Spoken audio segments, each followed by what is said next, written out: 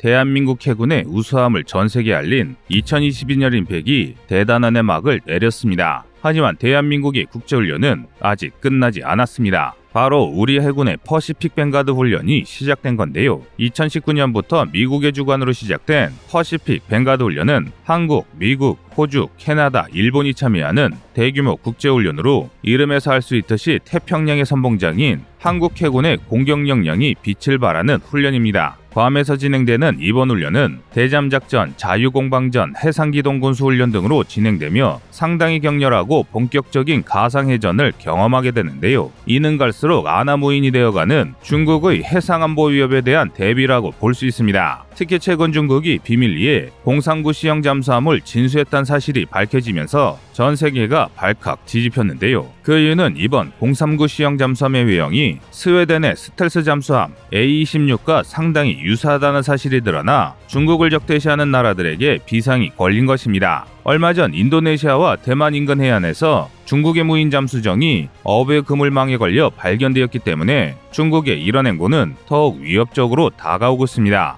이런 상황은 한국 역시 마찬가지입니다. 중국이 타국에 대한 어떤 무력 행동을 자행할 때 한국이 어떤 스탠스를 잡느냐에 따라 세계 패권을 가를 수 있는 키맨 역할을 한국이 하기 때문인데요. 그래서 이번 중국의 스텔스 잠수함은 더욱더 한국에게 위협적으로 다가올 수밖에 없습니다. 이 때문에 한국의 대잠 능력 강화가 무엇보다 중요해졌습니다. 아무리 강력한 항모전단이라 할지라도 잠수함의 어뢰 공격에는 상당히 취약하기 때문입니다. 항공모함이든 초대형 전함이든 최신의 이지스 시스템을 탑재한 구축함이든 어뢰 한 방에 직격당하면 생존을 보장하기 어렵습니다. 사실 일반인들이 잘 모르는 사실이 있는데요. 그것은 바로 수중 탐지입니다. 일부 영화에서 나오는 것처럼 수중에서 잠수함이나 함선이 수중에 어떤 물체를 탐지할 때 소나를 사용합니다. 그런데 영화에서는 이 소나로 인해 상대방을 레이더 보듯이 상당히 자세히 표현합니다. 하지만 현실은 그렇지 않습니다. 사실 수중을 탐지하는 게 일반 사람이 눈 감고 손으로 앞을 더듬어 나아가는 것이라고 생각하면 이해가 빠르실 겁니다. 즉 아무리 뛰어난 소나를 사용하더라도 적의 이상 유무를 쉽게 파악하기 어렵다는 것입니다. 첨단의 대응 체계를 갖춘 함선들이 적의 어뢰에 격침되는 게 이런 이유 때문입니다. 하지만 그렇다고 우리 대한민국이 적성국의 잠수함을 전혀 탐지 못하는 것은 아닙니다. 더 정확히 말해 적이 기동하면 반드시 탐지하고 무력화시킬 수 있는 능력은 있습니다. 그런데 문제는 적 잠수함이 수중 깊숙한 심해에서 은폐하고 있다가 기습적으로 쏜 어뢰에 대해서는 방어하기가 여간 까다로운 게 아니란 뜻입니다. 이런 이유 때문에 잠수함이 비대칭 전략자산으로 자리 잡은 것인데요. 그중 어뢰는 함선이 물에 잠겨 있는 부분인 풀수선 아래를 타격하여 선체 바닥에 구멍을 뚫기 때문에 갑판 등 상부를 타격하는 것보다 함선이 격침되기 쉽습니다. 심지어 배에 대들보라 할 수 있는 용골 근처에서 어뢰가 폭발하면 강력한 압력이 발생하는 버블제트 효과로 인해 배가 두 동강 나버릴 수도 있습니다. 실제로 림팩 1999에서는 한국의 장보고급 잠수함인 이천함이 가상어뢰 단 한 발로 미국의 순양함인 오클라호마 시티를 두 동강 내버렸습니다. 이천함의 배수량이 1200톤에 불과한 데 비해 순양함 오클라호마 시티의 배수량이 무려 12,000톤에 달하는 걸 생각해보면 어뢰 한 발로 자그마치 10배가 넘는 체급 차이를 극복한 셈입니다. 그래서 많은 나라들이 굳이 돈이 많이 드는 항모나 구축함 같은 걸 만드느니 차라리 잠수함 같은 어뢰 전력을 강화하는 게 더 낫다고 판단해 비대칭 전력에 몰빵하는 것입니다.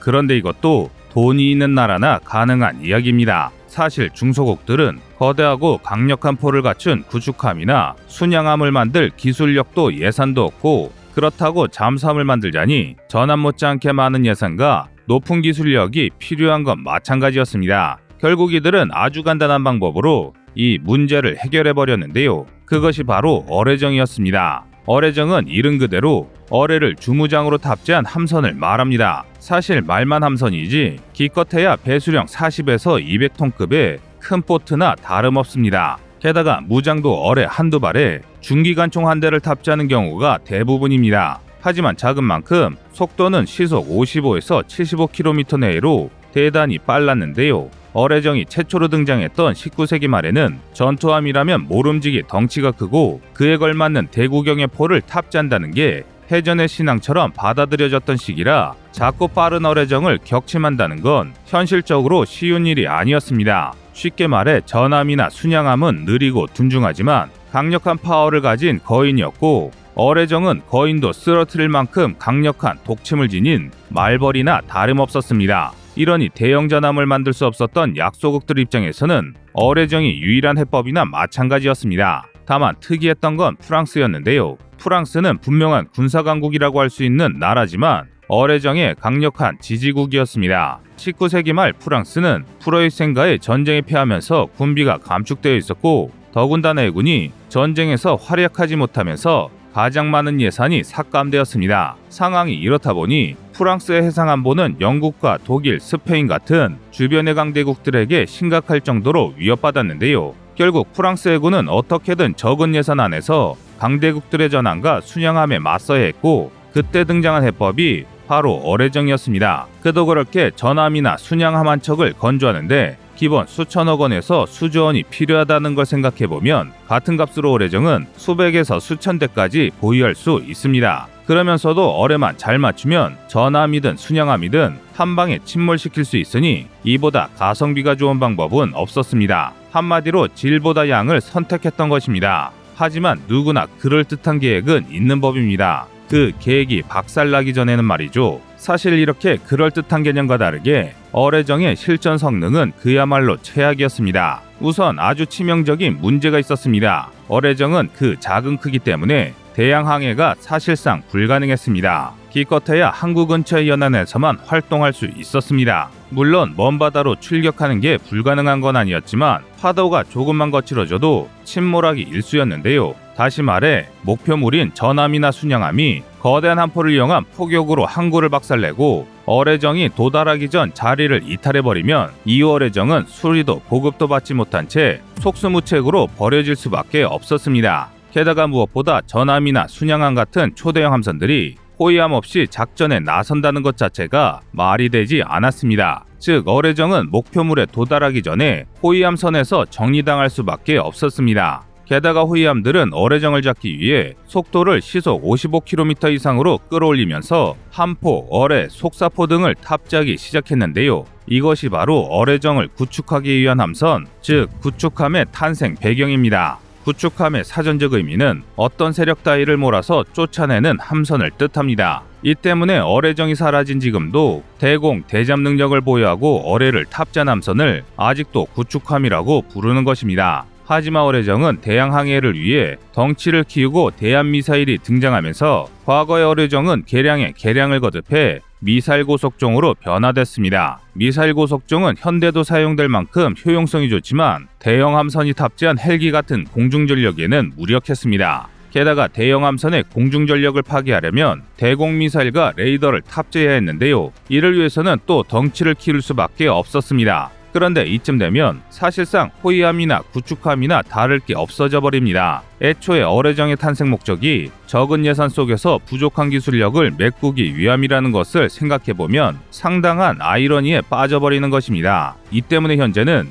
연안방어를 위해 사용하는 게 아니라면 대부분 국가에서 어뢰정을 퇴역시켜버렸는데요. 하지만 아직까지도 병사들의 목숨을 총알 정도로 생각하는 나라들은 아직도 어뢰정을 사용하고 있습니다. 대표적인 게 바로 북한입니다. 북한은 현재 약 200대의 어뢰정을 보유하고 있는 것으로 파악되고 있는데요. 게다가 이 어뢰정들은 대부분 구식 비유도 어뢰를 2발씩 탑재하고 있습니다. 즉 무작정 우리 함선을 향해 어뢰를 발사하고 맞든 안 맞든 그 즉시 이탈하는 전술을 구사하는 건데요. 물론 이 과정에서 우리 해군의 방어 행동으로 병사가 전사하는 것은 전혀 신경 쓰지 않습니다. 이런 전술은 역사가 증명한 실패한 전술임에도 그저 한 방만을 노리고 병사들의 생명을 갈아넣는 상당히 공격적인 전술입니다. 하지만 확률이 아무리 낮아도 어뢰는 여전히 무서운 무기입니다. 게다가 어뢰정뿐만 아니라 적의 구축함이나 잠수함은 언제든 어뢰를 발사할 수 있기 때문에 적성국들의 이런 전력은 우리에게 상당한 위협으로 자리 잡고 있습니다.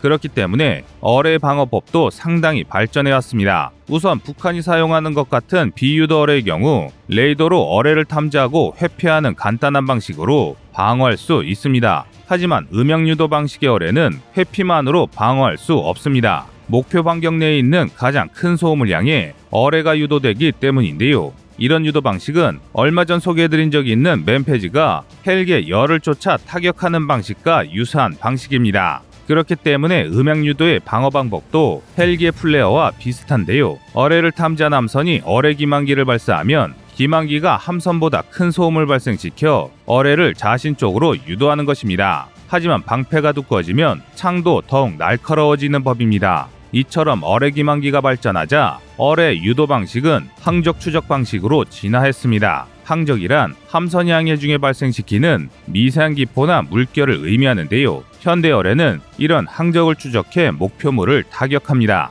이런 항적 추적 방식의 어뢰는 아직 방어 체계가 구축되지 않았을 만큼 상당히 위협적입니다. 즉, 어뢰 공격을 방어할 가장 좋은 방법은 적 함선이 어뢰를 발사하기 전에 잠수함이나 구축함을 선제 타격해서 침몰시키는 방법밖에 없는 것입니다. 물론 그렇다고 항적 추적 어뢰의 대비책을 연구하고 있지 않는 것은 아닙니다. 최근에는 독일, 미국 등 군사기술 선진국을 중심으로 어뢰 잡는 어뢰, 즉 요격 어뢰의 실전 배치를 목전에 두고 있습니다. 그리고 기술력에서는 이미 세계 정상 수준인 대한민국 또한 2020년대 안으로 요격 어뢰를 실전 투입하는 것을 목표로 연구 개발을 진행하고 있습니다. 주변이 모두 바다인 대한민국으로서는 강력한 구축함이나 잠수함도 분명 위력적인 전력이지만 이와 함께 일격필살의 강력한 어뢰가 있다면 우리 바다를 침입하는 무장 세력들을 단방에 격침할 수 있으며 이런 무기 또한 강한 억지력이 있는 무기로 자리 잡을 수 있습니다. 앞으로 우리 대한민국에 강력하고 다양한 죽창이 개발되길 기대하겠습니다. 이상 꺼리투브의 두 번째 미션이었습니다.